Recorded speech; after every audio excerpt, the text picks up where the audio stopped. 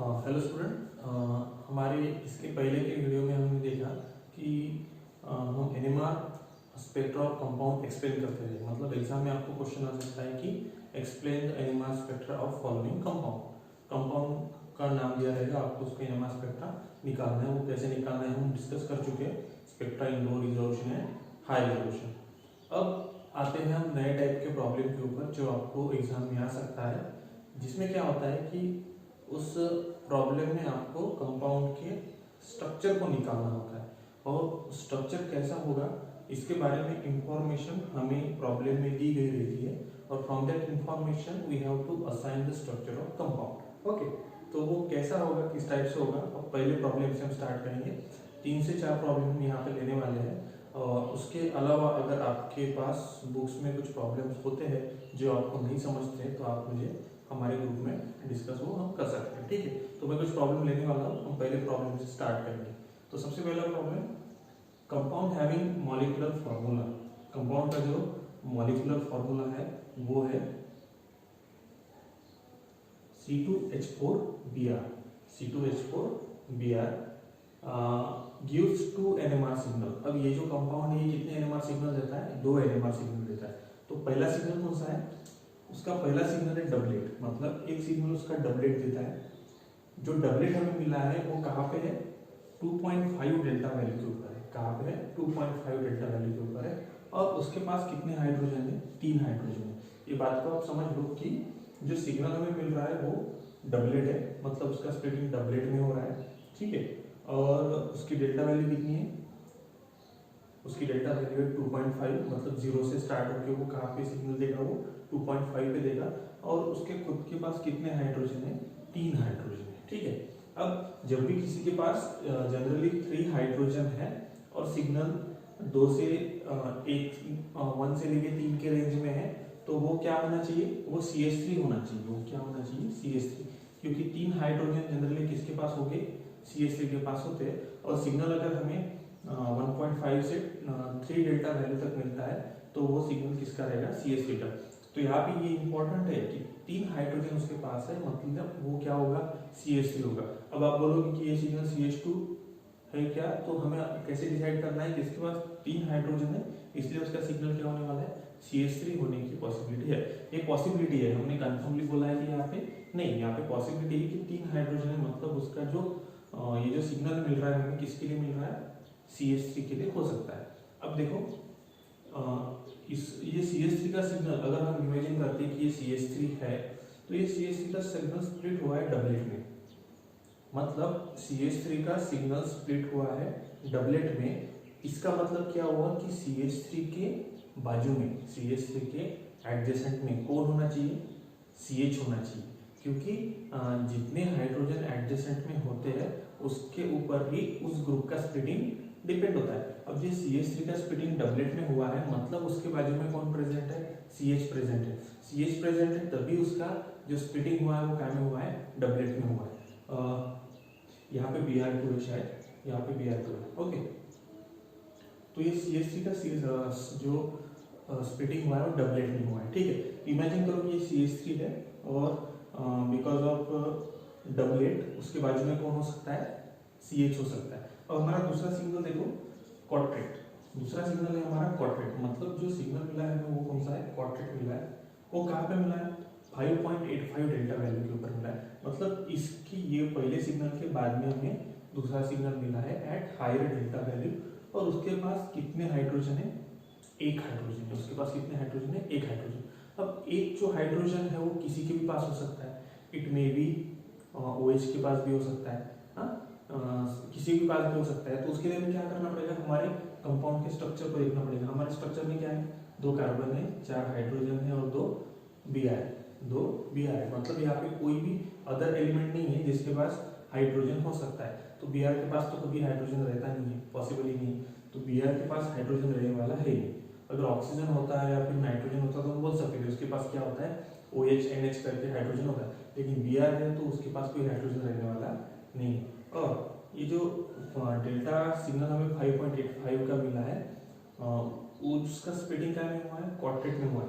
मतलब ऑब्वियसली अगर वो क्वाड्रेंट में स्प्लिट हुआ है वो काय में स्प्लिट हुआ है, क्वाड्रेट में स्प्लिट हुआ है, तो वो कार्बन ही होगा, क्योंकि आपको पता है कि ऑक्सीजन या कार्बन छोड़ के कोई भी अदर एलिमेंट है तो उसका स्प्लिटिंग नहीं होता बाजू वाले की वजह से, बाजू वाले ग्रुप की वजह से उसका स्प्लिटिंग नहीं होता।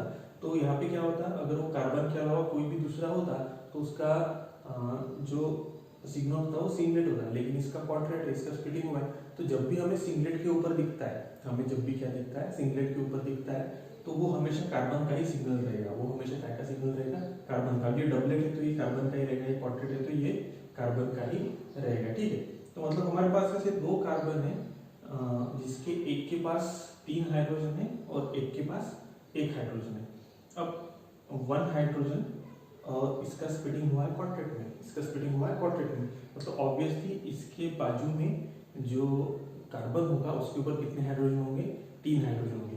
तो ये दोनों सिग्नल किसके हैं, कार्बन के हैं, क्योंकि इनका क्या हुआ है, स्प्लिटिंग हुआ है, क्योंकि इनका क्या हुआ है, स्प्लिटिंग हुआ है। तो इसीलिए हम 2 कार्बन निकालेंगे और यहाँ पे भी 2 ही कार्बन है।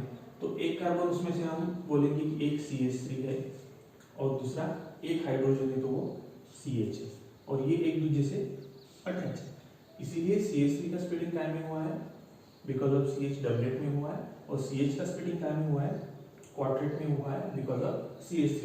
अब इसकी वैल्यू से तो कंप्लीट होगी, अब बचा क्या है सिर्फ CH। तो CH ने कितना, CH के कार्बन ने 2 ही बॉन्ड बनाया है, तो बचा हुआ कौन है हमारे पास, Br, बचे हुए क्या है हमारे पास, Br। तो दोनों के दोनों Br किसको अटैच हो जाएंगे, इस CH को अटैच हो जाएंगे। तो ये हो गया हमारे कंपाउंड का स्ट्रक्चर, ये क्या हो गया हमारे कंपाउंड का स्ट्रक्चर। तो लेकिन आपको एग्जाम में कंपाउंड का स्ट्रक्चर नहीं निकालना है, हमको स्ट्रक्चर को असाइन करना है। तो हम क्या बोलेंगे, कैसे कैसे लिखेंगे, पॉइंट नंबर 1 हम पॉइंट वाइज लिखते जाएंगे।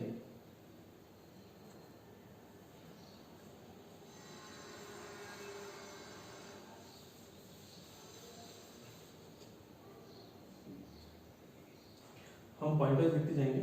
हम लिखेंगे पहले सिग्नल के बारे में, किसके बारे में लिखेंगे, पहले सिग्नल के बारे में। The first signal which is obtained at delta value 2.5 having number of hydrogen 3, it splits into doublet. It means that it is the signal for group CH3, ठीक, ये हो गया पहले के बारे में। अब दूसरे के बारे में लिखेंगे, the another signal at delta value 5.85 having 1 hydrogen splits into quadrat, so it is the signal for CH group, as the value delta value, यहाँ पे देखो, यहाँ पे लिखना पड़ेगा, as the delta signal is obtained at delta value 5.85, it shows that this group attached to electron withdrawing group, and the proton of this CH group is de-shielded. That's why signal is obtained in downfield region, फिर से बताता हूँ मैं।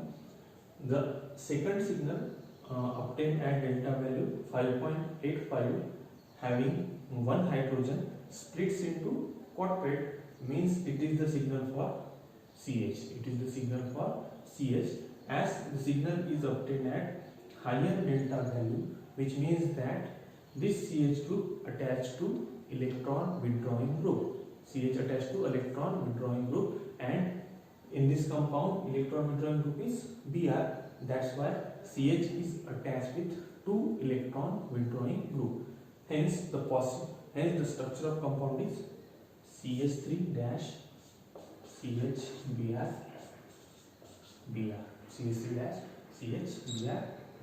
तो इस तरीके से हमें कंपाउंड का जो है वो स्ट्रक्चर क्या करना है, असाइन करना है।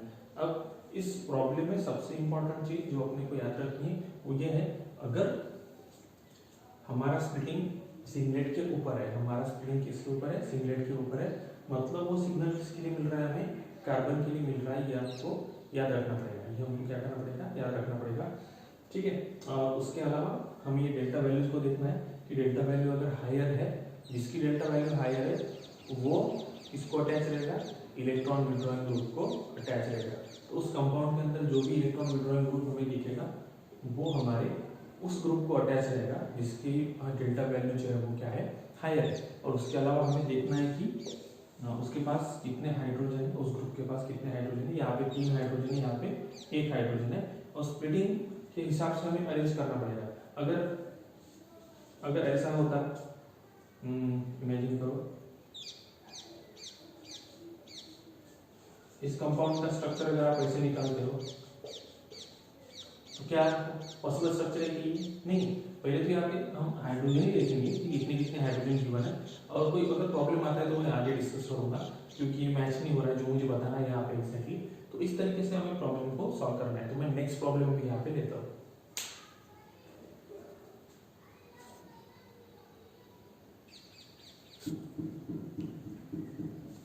तो हमारा जो नेक्स्ट प्रॉब्लम है वो है the compound having molecular formula C2H6O gives 3 NMR signal. हमें 3 NMR सिग्नल मिल रहा है।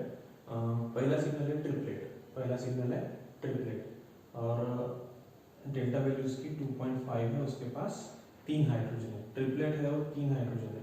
तो पॉसिबल किसके लिए नहीं है, क्योंकि यहाँ पे स्प्लिटिंग हुआ है। यहाँ पे क्या हुआ है, स्प्लिटिंग हुआ है, मतलब डेफिनेटली सिग्नल कार्बन वाला है। कौन से वाला है, कार्बन। और कार्बन विथ 3 हाइड्रोजन पॉसिबल है कि किसके लिए सिग्नल, CH3 के लिए। हमें प्रॉब्लम में ऐसे लिखना नहीं है कि ये सिग्नल CH3 के लिए, तो हमको जस्ट इमेजिन करना है। Then another signal is quartet. अब क्वाड्रेट है मतलब इसका भी क्या हुआ है, स्प्लिटिंग हुआ है। और इसकी जो डेल्टा वैल्यू गिवन है वो 4.2। डेल्टा वैल्यू कितनी गिवन है, 4.2। एक बात आप याद रखो कि जो हमारी बेंजीन रिंग होती है, बेंजीन रिंग में अगर इलेक्ट्रॉन विड्रॉइंग ग्रुप अटैच है, मैंने आपको बताया था बेंजीन में अगर क्या अटैच है, इलेक्ट्रॉन विड्रॉइंग ग्रुप अटैच है। जैसे कि ये वाला इलेक्ट्रॉन विड्रॉइंग ग्रुप आप इमेजिन करो। तो इन दैट केस ये जो 2 हाइड्रोजन है इनका सिग्नल अलग मिलता है और 3 हाइड्रोजन का सिग्नल हमें अलग मिलता है। तो ये दोनों का स्प्लिटिंग इन तीनों की वजह से क्वाड्रेट में होता है और ये तीनों का स्प्लिटिंग इन दोनों की वजह से ट्रिपलेट में होता है। तो लेकिन यहाँ पे जो वो कार्बन है वो बेंजीन रिंग के कार्बन है और उनकी जो डेल वैल्यू है वो हमेशा 5.5 के ऊपर रहेंगे, 5.5 के ऊपर रहेंगे। और अगर इसके अलावा स्प्लिटिंग वाला अगर हमें सिग्नल मिलता है तो वो हमेशा किसके लिए रहेगा, कार्बन के लिए रहेगा। और कार्बन की डेल की वैल्यू जो है वो 5 के नीचे रहेगी, 5 के क्या रहेंगी, नीचे रहेंगी। क्योंकि एक तो CH3 CH2 इनकी जो नॉर्मल वैल्यू है वो 2 से 3 के बीच में होती है, 1.5 से लेकर 3 के बीच में। लेकिन अगर उनको इलेक्ट्रॉन विड्रॉइंग ग्रुप अटैच है तो उनकी वैल्यू क्या होती है, बढ़ जाती है।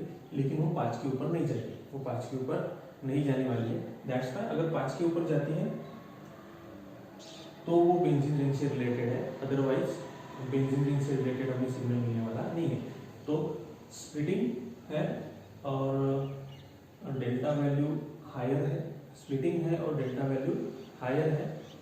इन दैट केस वो कार्बन बेंजीन रिंग के है, इन दैट केस वो कार्बन कौन से, बेंजीन रिंग के।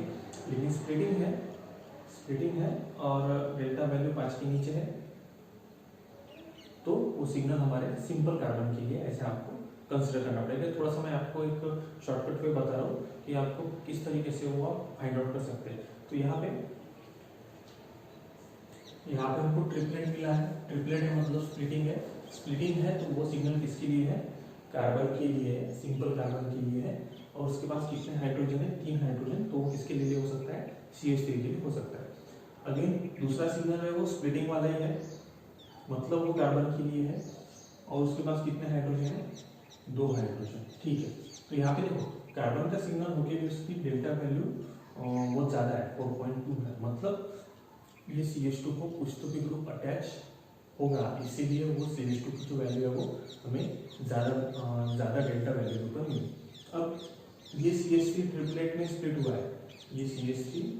स्प्लिट हुआ है, मतलब उसके बाजू में कौन होगा, 2 हाइड्रोजन वाला ग्रुप। और 2 हाइड्रोजन वाला ग्रुप कौन सा है, CH2।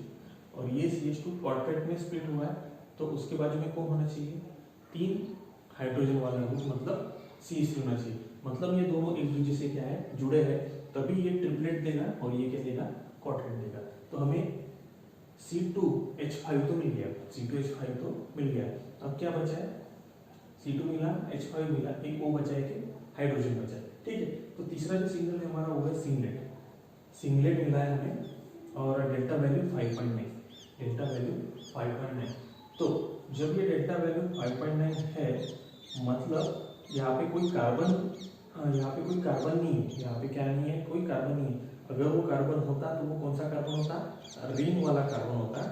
और यहाँ पे डेल्टा वैल्यू 5.9 है, 5 के ऊपर है और उसके पास 1 हाइड्रोजन है, उसके पास क्या है, 1 हाइड्रोजन। अगर ये CH होता, अगर ये CH होता तो उसकी वैल्यू इतनी ज़्यादा नहीं होती, इसकी वैल्यू इतनी ज़्यादा पॉसिबल नहीं है, इतनी ज़्यादा वैल्यू है और सिंगलेट है, इतनी ज़्यादा वैल्यू है, सिंगलेट है।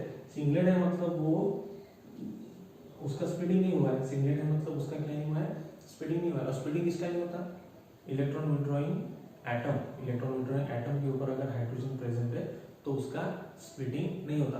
अगर इलेक्ट्रॉन विड्रॉइंग एटम में कार्बन है तो उसका स्प्लिटिंग होता है, लेकिन इलेक्ट्रॉन विड्रॉइंग एटम है और वो सिंगलेट दे रहा है मतलब उसका कुछ स्प्लिटिंग हो नहीं रहा है यहाँ पे। तो उसके पास 1 हाइड्रोजन है, उसकी डेल्टा वैल्यू भी हायर है और वो क्या दे रहा है, सिंगलेट दे रहा है। मतलब वो जो ग्रुप है हमारा बचा हुआ वो कौन सा है, OH।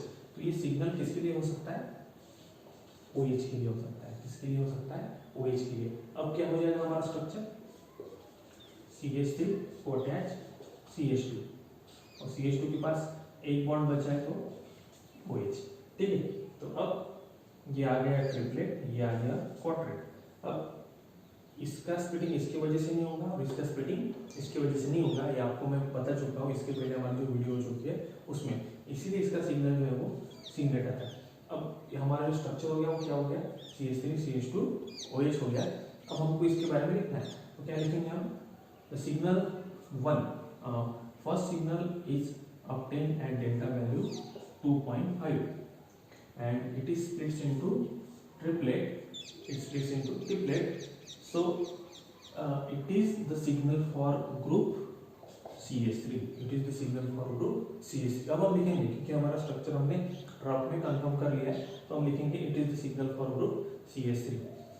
second signal obtained at delta value 4.2, obtained at delta value 4.2 having 2 hydrogen and splits into quadrat, it is the signal for CH2 group which attached to electron withdrawing group, that's why the signal is obtained at higher delta value। हमें बताना पड़ेगा कि CH2 का जो CH2 है वो किसको attach है, इलेक्ट्रॉन विड्रॉइंग ग्रुप को अटैच है, दिखा है ना आपको, तो CH2 किसको अटैच है, इलेक्ट्रॉन विड्रॉइंग ग्रुप को अटैच है, इसीलिए उसका जो सिग्नल है वो हायर डेल्टा वैल्यू के ऊपर मिला है। ये हो गया सेकंड पॉइंट। तीसरा point, the third signal is obtained at delta value 5.9 and it having 1 hydrogen and it splits into singlet, means it is the signal for group OH।